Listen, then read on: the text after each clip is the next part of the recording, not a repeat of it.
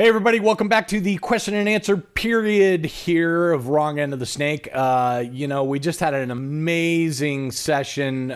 Rick Allen from Def Leppard joined us, along with George Edwards, and we have George along with us for this next half an hour or so, and we definitely have some more questions for him in regards to that stuff. But why don't we do just a little bit what we normally do on Wrong End of the Snake, and maybe, George, you can give us just an abridged version of how you ended up where you are right now. Like, yeah, how did this all start? When did you decide that you wanted to be in the music industry? Punk rock. 1978.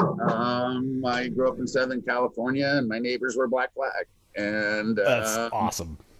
And next thing I know, they kept getting complaints, and so we put them in my garage, and I had a little freaking PV Mark II that sat on the kitchen counter, and I figured out how to use it. And next thing you know, I was a sound guy, turning around in a freaking in a station wagon with a stolen U-Haul trailer. That's so rad.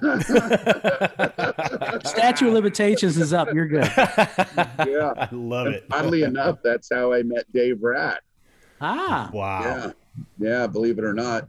But you've never worked for him, right? Or have you? No, I've never worked for Dave. I've worked with Dave with a couple of bands, Social Distortion and Black Flag, and that was before Carrie came along.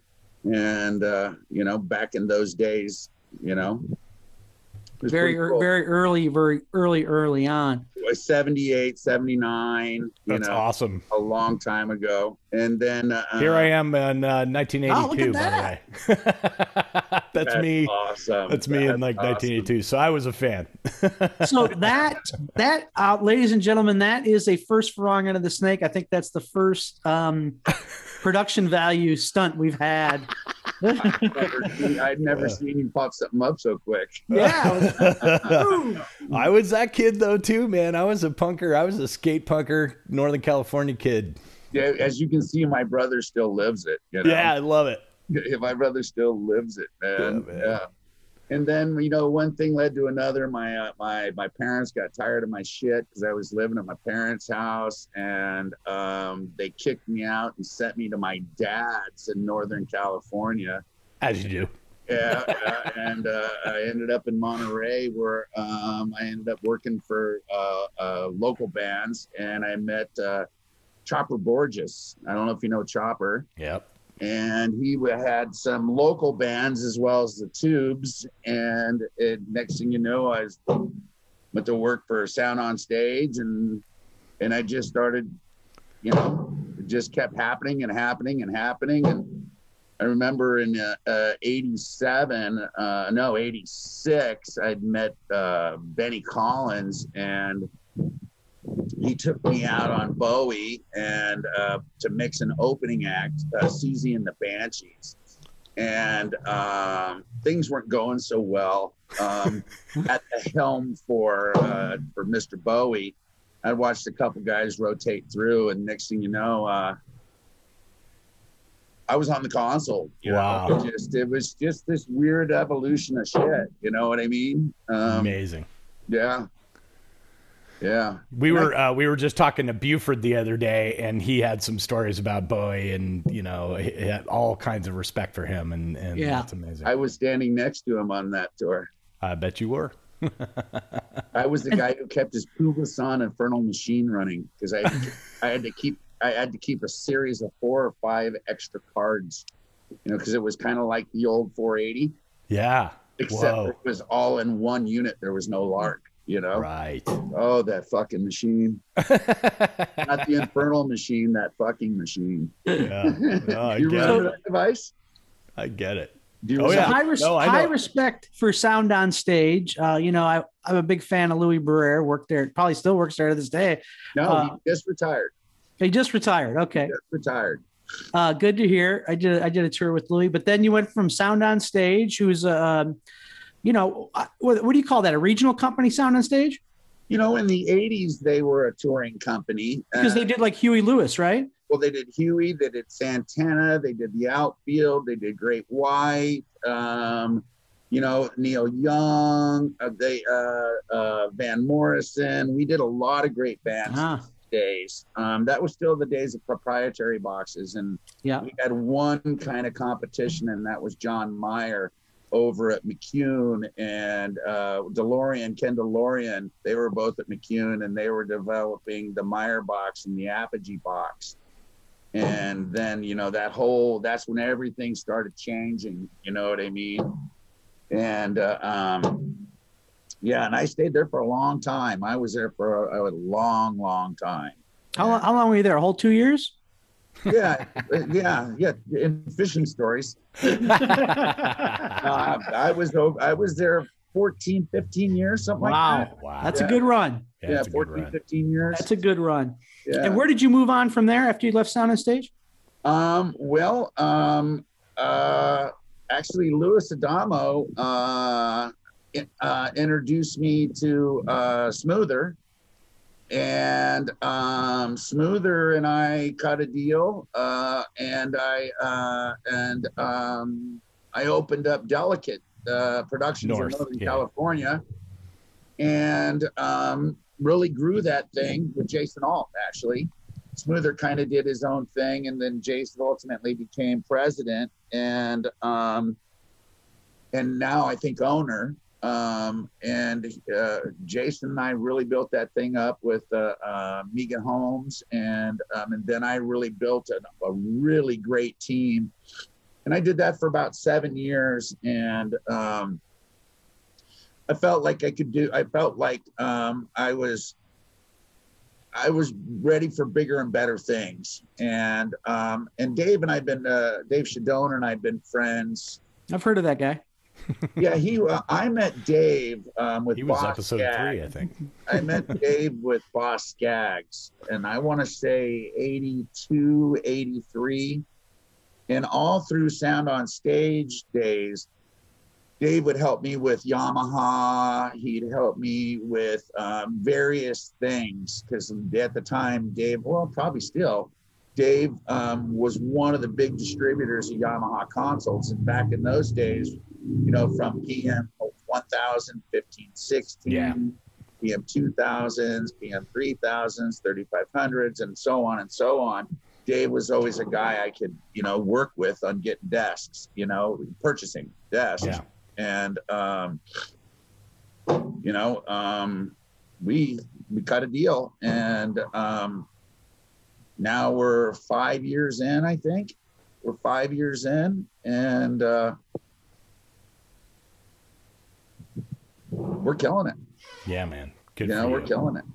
And then what you have a building up there, Sound Image Productions building, right? Correct. And that's where your the Big Love band was playing, and podcasts and webcasts are going on and all kind of stuff like that. What is that? Tell us a bit about that facility up there. Well, so we've got a roughly a 30,000 square foot building, and on what we call the north side of the building, we have a couple of partners. One of our partners is a company by the name of Light Action, and Light Action is actually a division of Applied Electronics and Staging Dimensions. Yeah. And Scott Humphreys is the owner, and Scott manufactures a lot of dimmers, controllers, power distributions, but their biggest products they build are trussing and roofing systems and line array towers and things like that. So I had a lot of truss and a big 60 by 54 by 40 foot stage in there. And so we've got roughly an acre lot in the back of the building. So I moved all that stuff out, and I had this feeling that our world was going to change a little bit, and that our video guys, our partnership is Large Screen Video, John Rigney, God rest his soul, and Cameron Brown, that our camera guys were going to have to start looking at at things differently. Our video switchers are going to have, the video engineers, we're going to have to look at things like through a laptop or through a camera, I mean, an iPhone versus LED screens. The way they looked at color temperature, the way the audio guys were going to have to know what the word mix minus meant. And, Right. and you know what I mean? And a lighting guy was going to have to actually do his lighting based on the way the lens looked at things versus the way his human eye looked at things, you know? And my little brother just kind of, well, I want to do this show, man. And so we built this set, and with the help of actually Robert Scoville, we actually set up all 4 of the sound image straps with multiple S6Ls, and we do a weekly training. Now we've been doing it since April with Robert. Oh, wow. So we use the soundstage not only for streaming and webinars and TV shows, we actually use it for training too, where we'll get about 30 or 40 of the sound image employees with Robert with multiple S6Ls, and Robert teaches them a weekly class. And we're doing the same thing with a few other manufacturers with lighting consoles, with video consoles. And my belief is the guys have got to keep their minds fresh, 1, and 2, they got to be prepared for what is potentially going to be another vertical market in what we do, because of the way people may not adjust to the reopening. It's a huge probability that people are not going to want to come to concerts again for a long time. So we're going to have to be prepared on how we interact at a live concert to getting, or even saving a corporate, you know, however we're reinforcing what we do, sound, lights, video, how it gets to the public.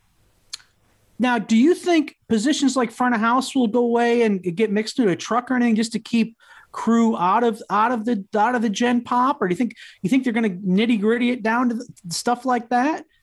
I don't think. I mean, do you want your front of house guy to get sick? I mean, you know what I mean? Your lighting guy? I don't know. I don't think I've thought about it that deep. But I do know we're super. I mean, I'll tell you who the Greg Price, who has a studio at Greg and Brad Maddox have a studio at our place called Diablo Digital, and a Pro Tools rental facility. He is super way COVID compliance. And I don't think most people are going to put themselves in a position to get sick, especially us older guys. Yeah. We're going to want to be vaccinated and all of that before we're going to be compromised. You know, there's some of us that have health issues to start with. And me too. Yeah. That we're not going to do that. I think we would take other gigs first. You know what I mean? What I'm saying. I'm thinking not just from COVID. I'm thinking now just with the heightened awareness of getting sick from just about anything. That's why I was wondering, like, maybe those positions might kind of get moved. You know, I think promoters will love it. Yeah, well, I mean, because they get more seat space. But I think I made a joke the other day when you were advertising Buford's thing.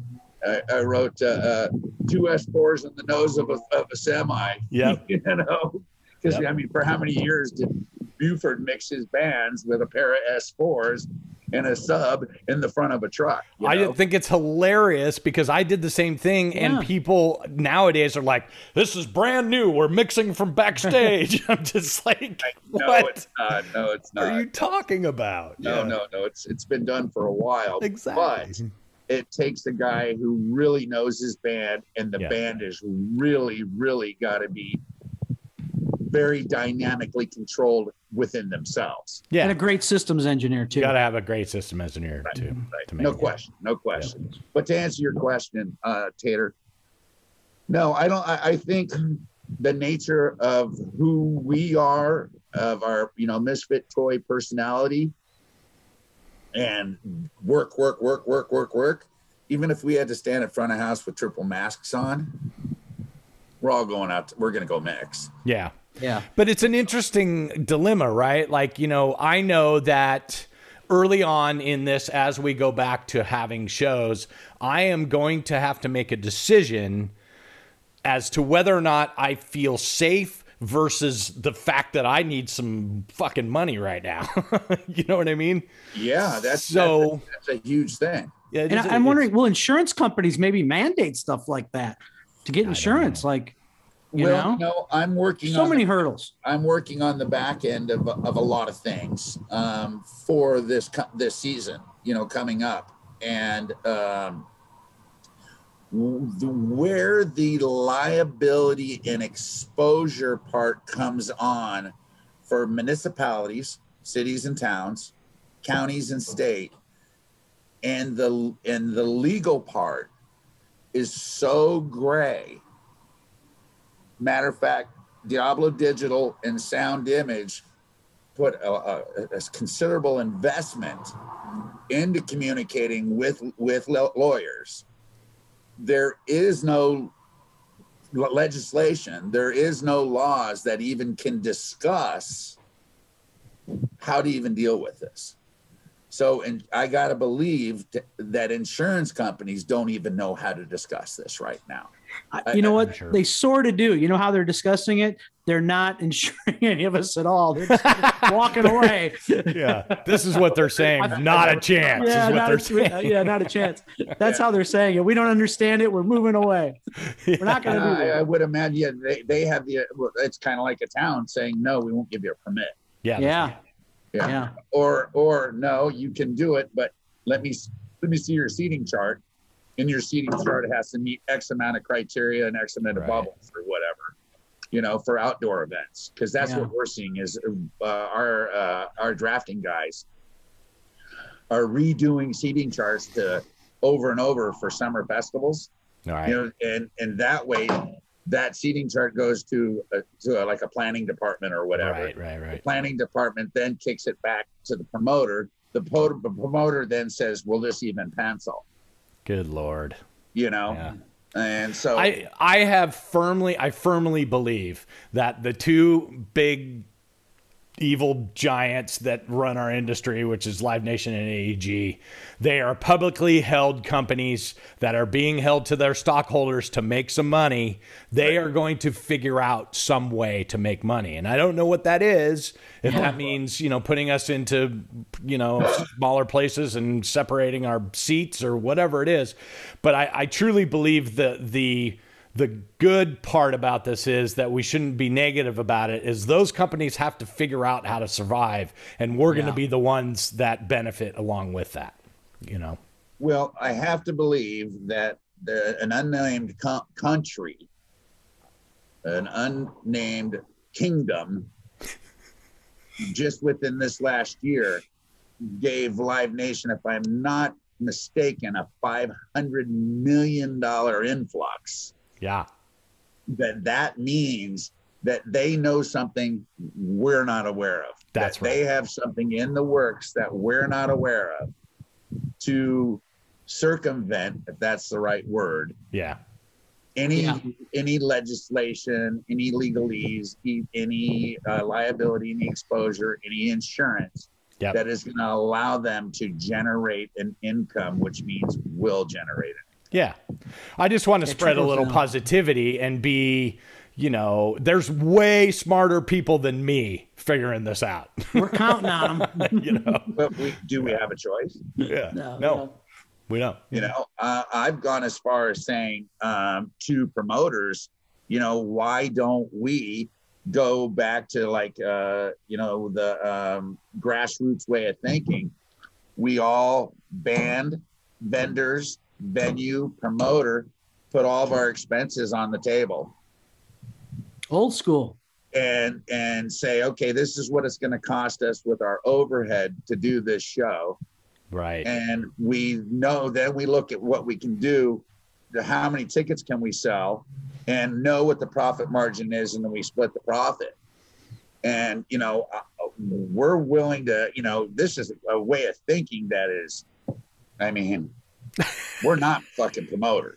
Yeah, right. You know what I mean? But if we can keep our guys fed and keep a couple of guys in the kitty, keep a couple of dollars in the kitty till we find some real solution, we got to do something. True. We literally got to do something. Yeah. Let me ask you this: I know that anybody that needs sound north of Sacramento even mentions the word sound has to talk to or go through George Edwards. So let me ask you this. I would say it's more like north of I don't know, Vacaville. Anything north of San Luis Obispo. Yeah, there you go. That's right. Yeah. We know you got the hold on it, and you hold the keys to all those kingdoms. What do you think about younger employees right now? Are you scared of not having any coming back? Are you doing a count? What do you think is going to happen there with guys that maybe have done something else during this and maybe not leave? I've lost 2. That's not bad. And they've both gone on to the IT world. Yeah. And they've been in school the whole time, and they were transparent with me. And I'm sad to see them go because these 2 kids were freaking rock stars. Super smart. And I actually enjoy having the new kids in the building. And then having my brother is the guy to show them the way we grew up and utilizing, with the ethic, with their brains. And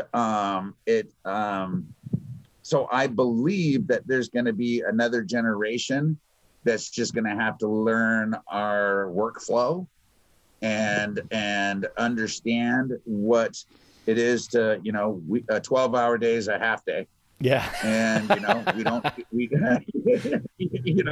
don't do bankers' hours true. around here, I know. And so, you know what I'm saying? Yeah. Oh, I was just thinking this while you were talking on the last point is we've had a lot of people on the show now, and I think you're the first person we've had that really has direct contact. I mean, you're constantly dealing with promoters and talking to the local promoters and fulfilling riders in Northern California. Yes. And like, because the way you were talking about, we got to do the seating, the this, to that. You're in the heartbeat of that, almost like a promoter rep for sound, right? So what vibe does your local promoter reps around there give you? And what are they saying? What are they talking about? What's the insight on that? Well, I'll just say that we are planning the stuff that I do annually every year. We're planning as if we're doing it. Okay, cool. And we're planning on doing even more than we've done in the past, and actually creating new venues, building and working with new municipalities in some spaces that unfortunately the fires created.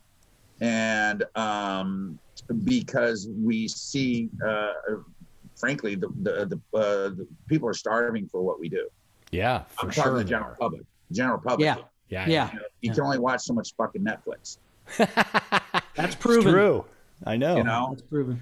Yeah, but there's no, we all know here there is no replacement for that feeling of being in a room full of people and experiencing, a live concert with, you don't get that feeling in any other way, No. I am all for having new technology and new streaming stuff and, whatever. That's great. Let's keep doing that. But that's not a replacement, Not even close. Yeah. But I believe that the indoor venues are going to suffer. And I believe outdoor work, as soon as the sun comes out, we're going to see a form of work. And it's not, we're all going to have to make some compromises. Yep. And I think we're going to have to readjust how we utilize our cash flow.